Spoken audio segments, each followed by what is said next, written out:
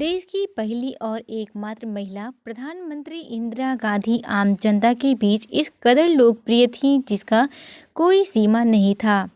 इंदिरा गांधी ही वो नेता थी जिसने असल मायनों में गरीबी हटाओ के नारे को सार्थक किया था। लेकिन कहते हैं ना कि अगर आपके पाले में कुछ गलत लोग हों तो उसका परिणाम आपको ही भुगतना पड़ता है। इंदिरा का जन्म 19 नवंबर 1917 को हुआ था। पिता जवाहरलाल नेहरू आज़ादी की लड़ाई का नेतृत्व करने वालों में शामिल थे।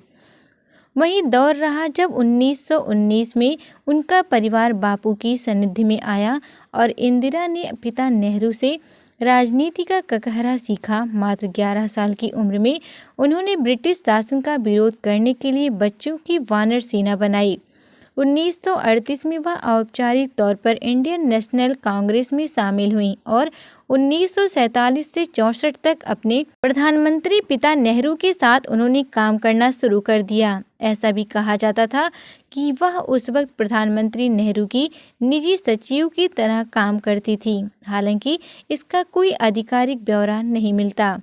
पिता के निधन के बाद कांग्रेस पार्टी में इंदिरा गांधी का ग्राफ अचानक काफ़ी ऊपर पहुंचा और लोग उनमें पार्टी एवं देश का नेता देखने लगे। वह सबसे पहले लाल बहादुर शास्त्री के मंत्रिमंडल में सूचना एवं प्रसारण मंत्री बने। शास्त्री जी के निधन के बाद 1966 में वह देश के सबसे शक्तिशाली पद पर आसीन हुई।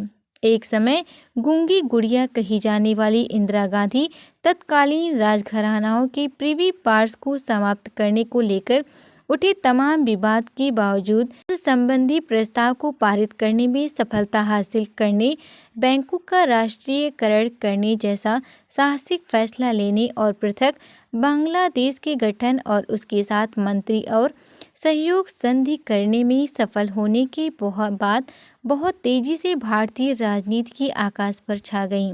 इंदिरा गांधी के लिए 1980 का दशक खालिस्तान आतंकवाद के रूप में बड़ी चुनौती लेकर आया।